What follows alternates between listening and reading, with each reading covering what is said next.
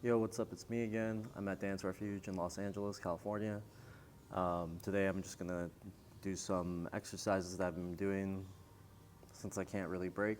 I'm 4 months out from surgery still, but there's a couple exercises I've been doing on both sides to work on my balance and to make sure my shoulders are strong, so when I come back, I'll be in better shape than before, hopefully.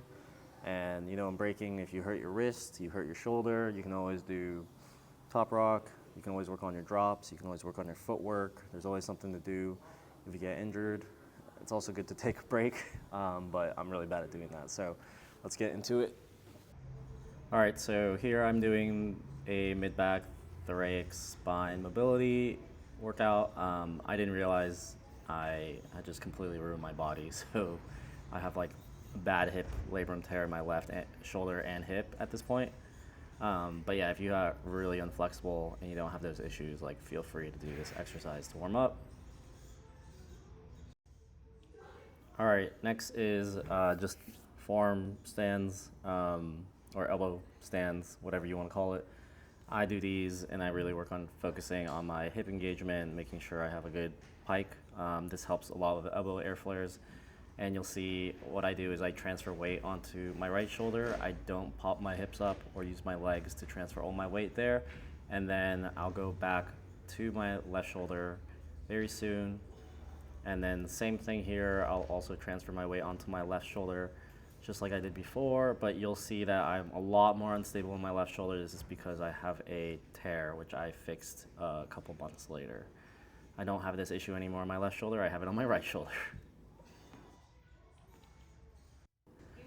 All right, here I just overlaid a couple videos of me doing a handstand, but I think this is probably one of the best foundational moves that you can master. Make sure your body's completely straight, that you're not like leaning forward and backward. You'll see I start to lean forward and backward, but I have like a lot of issues with my joints back here. They weren't fixed through surgery, and I was like partially dislocating my shoulder. But you can't go wrong with having really solid handstands. All right, so this one is a really fun exercise I like to do. Basically, this is just a baby freeze to the baby freeze the other side, but what I do is I use my hips to get myself up onto my head first. This helps me with just understanding momentum transfer, and yeah, this is just like a really good foundational thing you can have in your arsenal whenever you want to, pull it out.